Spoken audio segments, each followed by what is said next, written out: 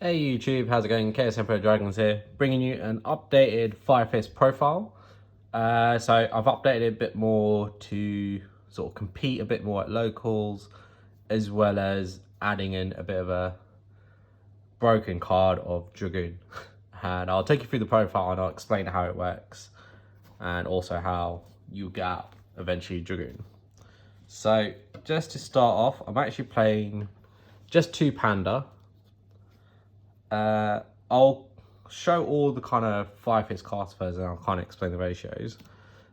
3 Elephant, 3 Raven, 3 Dragon, 2 Rooster, 1 Bear, 1 Buffalo, and 1 Eland. So let me just push these up a bit to get out of the glare. So I'll just kind of explain these ratios. So the reason I'm only playing 2 Panda rather than 3 is because it's a card you can search. Like, you can search it through Rooster, you can search it through Elephant, and because you're always going to be trying to get an Elephant or a Rooster in your hand to like play the combos, it's one of those cards you don't necessarily have to see in your opening hand. I know there's like the +11 combo, you can do it. But the reason I don't want to see in my opening hand is I'd rather search for it and use it in my follow-up play in the next turn as like a counter to when my opponent's playing, rather than I'm having to use it to like make my board, because it locks you into only Firefist, which is not obviously the worst thing that you are playing a Firefist deck, but you can do a lot more if you're not locked into Firefist. And it's one of the reasons why I'm not actually playing Horse Prince anymore or the Resonator combos, just because I don't want to be locked out into certain things. And obviously if you want to play Dragoon, you need to make sure you're not locked out. So that's why I've reduced Panda to 2. Elephant is effectively one of your best starter cards. Like, if you have that and like a 10 key, like you're going to go full combo. Like, you'll search out your Rooster, you summon out Elephant, you know, you would send the 10 key off to summon out your Rooster. Rooster helps you get Eland to your hand. That's why you only play 1 copy. Then Elephant will allow you to shuffle that 10 key in the graveyard, and that's how you'll get Panda. And then, you know, you'll make your combos from there. So Elephant is definitely one of the best starter cards you want to see in your hand. Raven is still a 1 card starter in itself. So like, you summon it itself, you know, you link it off from Amirage. It allows you to set a 5 formation spell, and then you just kind of play from there depending what the rest of your hand is. So like, you definitely always want to see Elephant, and then you're going to search for Rooster, and that will kind of be your better combo. And then everything else just kind of helps support that. So, you know, Eland, you kind of want to bring out into the field because it's your monster negate. Obviously, if you negate and you send off the 5 formation Dome off, then you get a monster reborn as well. So there's a lot of combos there. Buffalo actually helps you extend when it's in the graveyard, because if you use its effect to bring itself back, paying the cost, and as I said, if you have Dome out, then it actually allows you to monster reborn from the graveyard, so then you kind of just extend from there. Bears for the Tiger King loop if you really need to go into it. And that's kind of these cards, and that's kind of why I'm playing these ratios. I'm not playing anything extra like a Ram or the Coyotes or anything like that. Like, I was like, this is just the main engine I need, and I can sort of play around from there. Cool, so that is why I'm playing these ratios.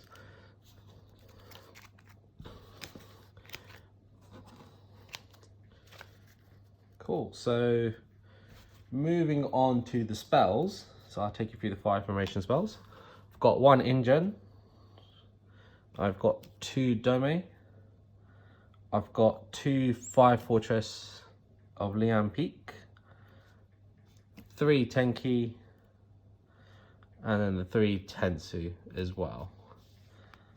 And then just for the traps as well, I've got 2 of the Sinto. So for this deck to work, rather than just having just the monsters in your hand, you definitely need a 5 formation spell. So you do actually need to play quite a few of them. So obviously Tenki is your searcher, Tensu allows you additional summon. And what's kind of good about these particular cards, so Tensu and Liam Peak, is their activation's not once per turn, whereas the others are.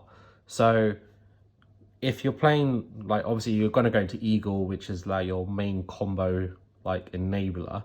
You need to be able to bounce a 5 formation spell, which most likely you're going to activate again to get other effects. So Tensu's tends to be the best one because you can bounce it, activate it again, and just carry on playing. But Liam Peak's actually quite a good one as well. So if you bounce that, you can reactivate and carry on going from there. And it's actually an easy one to send to the graveyard as well. So if you have an opening hand of like Liam Peak, Tenki, and an elephant, like, you can go really good full combo from there, and I'll can try and showcase that later on in another video. But you do need to play quite a few 5 formation spells. InGen, when it's, so this allows you to do your fusion summon, but it also allows you, when this is sent to the graveyard, it will add a 5 fist card back to your hand. Dome allows you to do your ritual spell, but when it's sent to the graveyard, it allows you to do a monster reborn.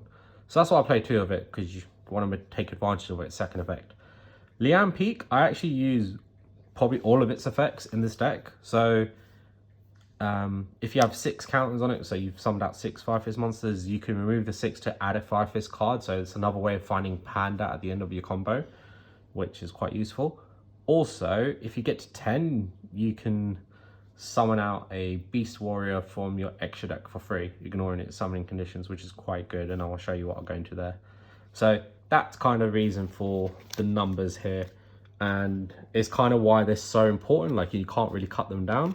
So if you want to play a 5-fist deck, you really need these. Okay, now moving on to the next bit. So these are like the hand traps.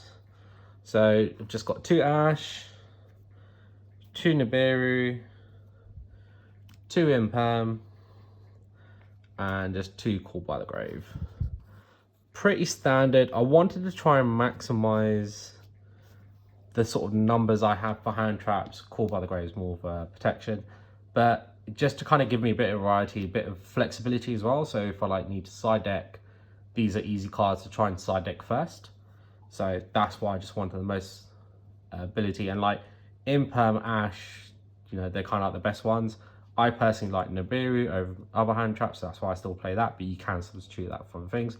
And Call by the Grave, you do need it because you are playing a very heavy combo deck. So like getting Ash really does hurt you, or getting like Veiled or Ghost Ogre. So you kind of do need that protection, because even though the deck is good, like, you don't have that many extenders. It can't play through hand traps as well as some other decks will. So you do need a bit of your own protection. So that's why I sort of play these ones. So that's that for these. And then to finish off the deck, I've got 1 Succession and 1 Monster Reborn. Pretty self-explanatory, just allows you to go that a bit further when you need to, or just good for follow-up plays. And then for obviously the sort of the Dragoon, you got to play the 1 Red Eyes Fusion and the 2 Garnets. So these are the ones that I play. So it's a bit crazy because it's so splashable, like Red Eyes Dragoon, like you can pretty much put it in any deck. And as I said, as long as you don't do the Panda combo, like, there's no reason you're locked into it. Also, the other thing is, if you get an opening hand and it's a bit of a dead hand, like you can't combo off, but you have a Red Eyes Fusion, like you can still pull out Dragoon to your board, and Dragoon's pretty difficult to out for a lot of decks, so that's still pretty good enough to finish on if you can't do anything else. Cool. So that is that for the main deck. So it's a 42 card main deck, slightly higher, but you do a lot of searching, so that's why I don't mind the slightly higher number of cards. Okay, just to go into the extra deck. So for the 5-fist cards, I actually play 2 Eagle, 1 Peacock, 2 Tiger King, 1 Cardinal, and then the 1 Swan. So Eagle's by far your best card. You're going to go into it every turn you can, because it's just your best enabler. It basically allows you to lose pretty much all your 5-fist monsters effects without having to pay the cost, which is just amazing. It's kind of sad it's got the condition like you can only summon this once per turn, I believe. So that's quite annoying, but it is such a good card to have on the field. Peacock is kind of like your sort of crappier Burrowload Dragon. Like if there's just something you can't out, you can use this to attack into it and then take control of it. So it's actually not a bad out to Dragoon. I don't believe it targets. Let me just check. It does target, so no, not going to be an out to a Dragoon, but it still allows you to take care of your opponent's monsters. Tiger King is just a really good card to shut off your opponent's monster effects. So if they do have a Dragoon and they've already used the negate, and you can still make Tiger King, you make Tiger King, use this effect to detach, all your opponent's monsters that are on the field, their effects get negated, and then it goes from there. So, you know, as I said, Peacock does target, but Tiger King definitely doesn't. So this is actually quite a good out to probably some cards on the field. Cardinal is a free bounce, which is really good. So you can shuffle in some of your resources from the graveyard back into the deck, and then you get a free bounce. And then Swan is like the watered down Trident, like you get a pop in the battle phase. Does it target? You can send 1/5 formation to the control, then yeah, once again it targets. So if you're looking to out Dragoon with this deck, it's going to be Tiger King. Like there's no other way you can do it. You shut off the effects of Tiger King and then try and attack into it with another way. Cool, so that's it for the Fire Fist monsters. And obviously you play 2 Tiger King for like the loop, if you really need to go into it. Then kind of more the generic, I've got the 1 Amraj. So this is your free starter with Raven. I actually play the 1 Appaloosa as well. You know, if you can make it on turn 1 if you really need to. And it's just, if you've got follow-up plays in next turn, you've already got your Eagle out and stuff, you can go into an Appaloosa and make another Eagle instead. And then for the brokenness of Dragoon, 1 Verte, and then the main man himself. It's such a broken card, like can't be destroyed with card effects, can't be targeted, has a free Omni negate. If it does, it gains the attack.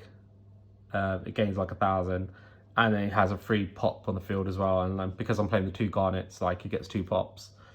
It's just so good. And then for a couple of rank 4s, I'm actually playing the 1 Tornado Dragon and the 1 Abyss Dweller. Dweller is still highly rated in this format, like where most of the tier 1 decks are so graveyard dependent. This is such a powerful card still, so like, you know, make a Dweller pass. Yeah, a lot of decks will struggle to play through that sometimes, so, you know, don't underestimate Dweller, still a very good card. And then for the Liam Peak effect, where you've got 10 counters on it, the Beast Warrior that I'd actually bring out for my extra deck is the Beast Tamer. So the reason I would make this one is because it has the effect to bring out a Gladiate Beast monster from your extra deck, ignoring the summoning conditions. And then that's why I would actually bring out the Gladiator Beast, the Domaterminus. I'm butchering the name, but yeah. So I bring out this one. The reason I bring out this one is just because it's got a hefty attack. It has a free monster negate, not paying in, like without any having to incur any costs. And it's just like a big beat stick on the field that has protection. So it's pretty good to bring out. And that's the extra deck. So the extra deck's pretty flexible. You can sort of change it around for what you need. But for what I'm playing, this is actually pretty good. And it gives you like a lot of options of what you're doing in your plays. So that's the deck, guys. I hope you enjoyed it. Let me know what you think down below. Let me know if you've got any comments or questions about the decks, what you like about it, what you don't. And I'll see you next time.